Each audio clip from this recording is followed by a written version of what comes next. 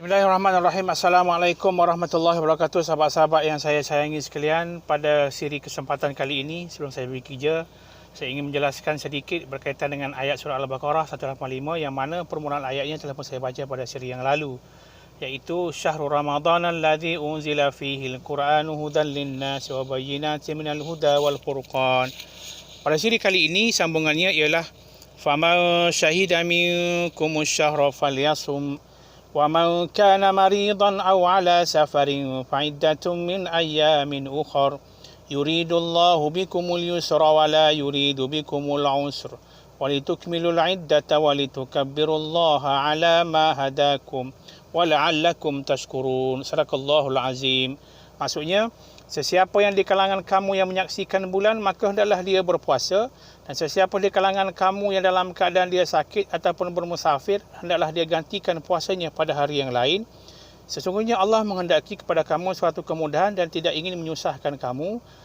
Hendaklah kamu cukupkan jumlah puasa kamu dan hendaklah kamu membesarkan Allah Subhanahu wa taala yang Allah telah berikan petunjuk kepada kamu. Mudah-mudahan kamu bersyukur kepada Allah Subhanahu wa taala.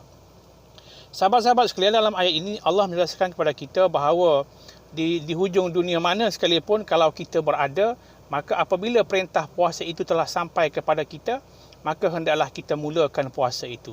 Mungkin bagi kita di Malaysia ini dengan melihat kepada ru'yah hilal, tidaklah susah bagi kita yang duduk di Malaysia ini dengan melihat anak bulan. Tetapi bagi orang-orang yang berada di kutub utara, di kutub selatan misalnya, maka sudah pastinya mereka menggunakan hisab, iaitu melihat kepada kalender yang ada di tangan mereka, yang mana mereka hidup siang selama 6 bulan, malamnya selama 6 bulan, kemudian mereka jarang melihat matahari dan sebagainya. Maka untuk dia melaksanakan perintah puasa, maka dengan kiraan, yakni dengan hisab mengikut kalender mereka. Kemudian Allah juga menjelaskan bahawa rasa kasih dan sayangnya kepada hambanya, iaitu dengan memberikan rukhsah, keringanan kepada orang yang sakit, pada orang yang bermusafir, boleh gantikan pada hari yang lain. Tetapi dalam ayat ini Allah menjelaskan kepada kita sebab kenapa diberikan rukhsah, iaitu yuridullahu bikumul yusra wa la yuridu bikumul usra. Allah menghendaki kepada kita semua adalah kemudahan, bukan suatu kesusahan. Maka dalam hadis Rasulullah SAW juga ada menyebutkan bahawa satu riwayat yang diriwayatkan oleh Anas bin Malik, bahawa satu ketika Rasulullah SAW melihat ada seorang di kalangan sahabat yang sedang dipayungi berjalannya, kemudian sedang berjalan dan dipayungi. Maka Rasulullah bertanya, kenapa dengan dia? Maka orang sekelilingnya menjawab, ya Rasulullah, dia sedang berpuasa. Maka pada waktu itu Nabi SAW bersabda, laisa minal birri siyam fi safar. Tidak dinamakan suatu kebajikan bagi orang-orang yang berpuasa dalam keadaan dia bermusafir. Nak cerita kepada kita bahawa dengan keringanan rukhsah yang Allah berikan kepada kita, janganlah sampai kita menyusahkan diri kita dengan tidak berbuka puasa kalau sekiranya keadaan itu mendesak. Sebab itu dalam tafsir Ibn Katsir, tafsir Ibn Katsir menceritakan bahawa sesiapa yang tidak yakin dengan rukhsah, yakni sunnah Nabi, rukhsah yang diberikan itu, yang menganggap bahawa berbuka puasa itu adalah makruh, maka pada waktu itu wajib ke atasnya berbuka dan haram baginya berpuasa. Nak cerita sampai tahap itu sekali. Keringanan itu mestilah kita ikut betul-betul supaya kita ikut sunnah Rasulullah sallallahu alaihi wasallam. Tetapi ramai juga yang di kalangan kita yang sengaja mempermudahkannya. Ini memang tak bolehlah.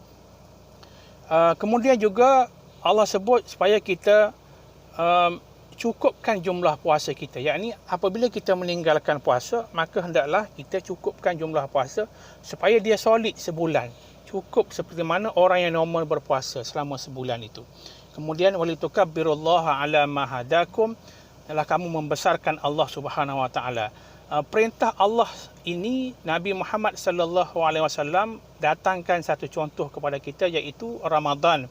Bagaimana kita memperbanyakkan amal ibadah dengan kita solat malam, dengan kita solat tarawih, dengan kita qiyamul lail, kemudian dengan kita membaca Al-Quran, tadarus Al-Quran, tadabbur Al-Quran, kemudian apa lagi? Dengan kita bersedekah, dengan kita memberi makan kepada orang fakir dan miskin walaupun hanya sebiji tamar satu hari sahaja.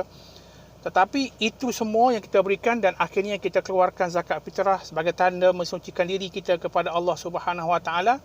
Itu semua adalah tanda satu manifestasi daripada rasa syukur kita kepada Allah Subhanahu Wa Taala kerana telah memberikan kita puasa Ramadan sebulan dengan ganjaran-ganjaran pahala yang berlipat kali ganda. Lalu kita membesarkan Allah Subhanahu Wa Taala di atas kejayaan kita. Apakah kejayaan kita? Iaitu kejayaan kita telah menjalani ibadah puasa selama sebulan melalui hari-harinya. Hari-hari kita berjaya. Iaitu puasa pagi sampailah kepada kita berbuka dengan tidak makan, tidak minum, menahan syahwat, kemudian menghindarkan daripada perkara maksiat. Dan akhirnya kita berbuka, satu hari telah berjaya. Kita bawa kejayaan itu setiap hari sampailah kepada sebulan. Maka selepas kita berjaya, maka kita walitukabbirullaha ala ma hadakum, kita membesarkan Allah Subhanahu Wa Taala dengan kita gemakan takbir Allahu akbar dan kita bertahmid walillahil hamd sebagai tanda syukur kita di atas segala nikmat yang telah Allah anugerahkan kepada kita dalam Ramadan ini. Mudah-mudahan sahabat-sahabat sekalian ada manfaatnya untuk kita semua, yang baik daripada Allah Subhanahu Wa Taala, yang kurang daripada kelemahan saya. Semoga ada manfaatnya untuk semua. Aku qauli hadza. Assalamualaikum warahmatullahi wabarakatuh. Sehingga kita bertemu lagi di siri yang akan datang, insya-Allah.